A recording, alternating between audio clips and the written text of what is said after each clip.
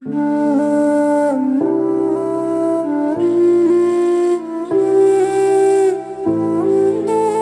పరిశుద్ధ నామానికి మహిమ కలుగాక.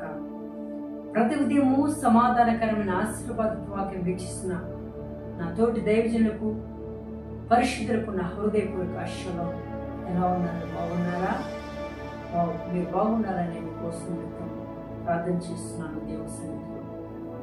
ఈ ఉదయం సమాధానకరమైన ఆశీర్వాదపు వాక్యం మన పరిశుద్ధ గ్రంథం లేఖనం నుంచి తెస్సలోనికీయులకు రాసిన 2వ పత్రిక 3వ అధ్యాయము 16వ లేఖనం.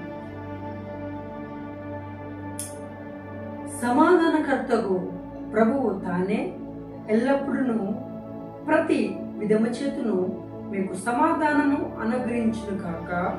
ప్రభువు మీ అందరికీ తోడై ఉండును కాక. సమాధానకర్తకు ప్రభు తాను ఎల్లప్పుడే ప్రతి విధి చేతను మీకు సమాధానం అనుగ్రహిస్తుంది.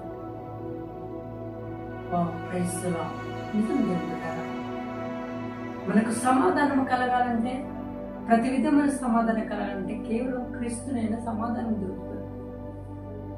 ఈరోజు మనుషుల దగ్గర ఒక భార్య భర్తల మధ్య సమాధానం ఉండకపోవచ్చు, ఒక అత్త కోడల మధ్య సమాధానం ఉండకపోవచ్చు, ఒక అన్నదమ్ముల మధ్య సమాధానం ఉండకపోవచ్చు, ఉద్యోగంలో నీ తోటి ఉద్యోగస్తుల ఇద్దరి మధ్య సమాధానం ఉండకపోవచ్చు. కానీ వీళ్ళందరితో సమాధానం కలగాలంటే ఆయన ఒక్కడే నిజమైన యేసుక్రీస్తు ప్రభువారు ఆశిస్తారు. ఒకవేళ నువ్వు సమాధానం లేకుండా ఉన్నావా?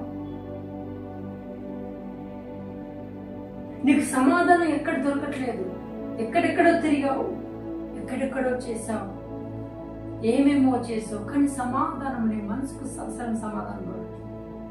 మనసంతా చెదిరిపోయినట్టుంది, నీ ఆలోచన చెదిరిపోయినట్టుంది.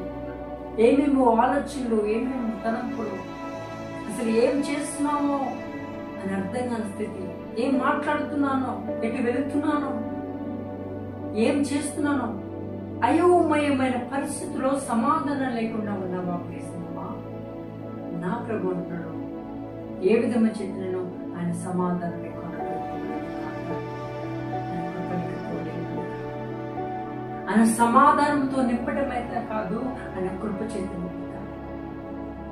ఈరోజు ఎంతమంది కుటుంబంలో సమాధానం లేకుండా ఉన్నారు, రోజు కుటుంబంలో నెమ్మది లేకుండా ఉన్నారు, రోజుకు ఎక్కడ చూసినా అసమాధానమే కలుగుతుంది, ఎక్కడ చూసినా సరైన సమాధానం దొరకక అల్లాడిపోతున్నారు ప్రజలు. కారణం అపవాదే, సాతానుడు లోకంలో తిరుగుతున్నాడు, భయంకరంగా సంఘాలపై పురుకొల్పుతున్నాడు. సత్యబోధన అనేది తక్కువైపోయింది, అసమాధానకరమైన బోధలు ఎక్కువైపోయినాయి. సత్యము సంత విధిలో తిరుగుతుంది, సమాధానము అనే వాక్యము సరైనది ఎక్కడ లేదు. సమాధానకరమైన ఆలోచనలు లేవు, సమాధానకరమైన వాక్యం లేదు, సమాధానకరమైన పరిశుద్ధత లేదు. ఈరోజు భయంకరమైన ఆరాధన జరుగుతున్నాయి. దేవుడు ఏదైతే కోరుకోవట్లేదో, దేవుడు ఏదైతే ఆశించట్లేదో, దేవుడు ఏదైతే ఆయన నుంచి దూరం అవ్వాలనుకున్నాడో అదే మరలా మందిరంలోకి తీసుకొచ్చి అసమాధానం గురి చేస్తున్నారు సంఘాన్ని. జాగ్రత్త బిడ్డ, అందుకే ఆ సమాధానం కొదువైపోయింది. ఎవరైతే తన వైపు తిరుగుతారో, ఎవరైతే తనను అర్థం చేసుకుంటారో వారి సమాధానం కలిగిస్తారు. కాబట్టి బిడ్డ, సమాధానము ఎల్లప్పుడూ మీకు తోడే ఉండును గాక. My God bless you.